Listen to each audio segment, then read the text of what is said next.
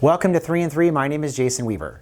Today we're going to be talking about barbell stock strategy, active versus passive bonds, and brake pedal. So a barbell stock strategy is bringing two different stock strategies together into your portfolio. So one of those could be value, which benefits from the reopening of the economy. The more money today, you typically get a higher dividend, which insulates you from higher inflation. And on the other side, you could have growth or quality stocks. Again, quality companies with pricing power, strong balance sheets, and typically resilient cash flow.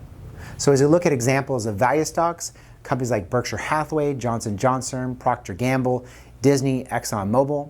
And looking at growth or quality stocks, we have Apple, Microsoft, Amazon, Tesla, and Google.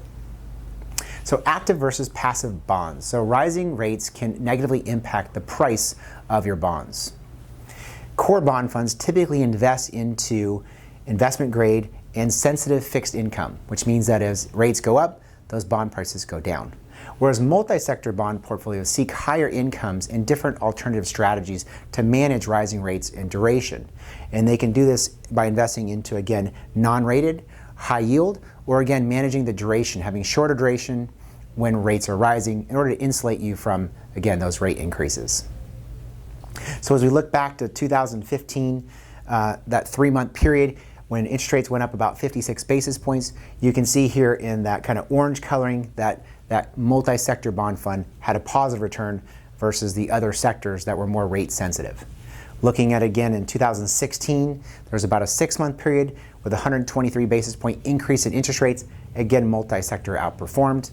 Looking at again in 2017 to 2018, an 89 basis point increase, multi-sector barely broke even, but again outperformed. And lastly here, more recently, you can see multi-sector outperformed pretty dramatically over this last 102 basis point increase in interest rates. So the brake pedal. The Fed's brake pedal refers to their ability to slow down the economy. And they're going to do this essentially by two ways. They're going to raise interest rates, the overnight rate, and secondly, reducing bond purchases. And the Fed recognizes that inflation is here. We're no longer talking about transitory inflation. We're talking about how we can control inflation going into the future. And rather than putting their foot on the brake, they're essentially just taking their foot off of the gas and trying to slow the economy. But again, monetary policy is still very accommodative. As we look at the tools of the Federal Reserve, again, they're using a zero interest rate policy. Essentially, we're going to move into more of an increase in interest rates there. Quantitative easing. Essentially, those bond purchases, we're talking about them scaling back in. Repurchase agreements they can do.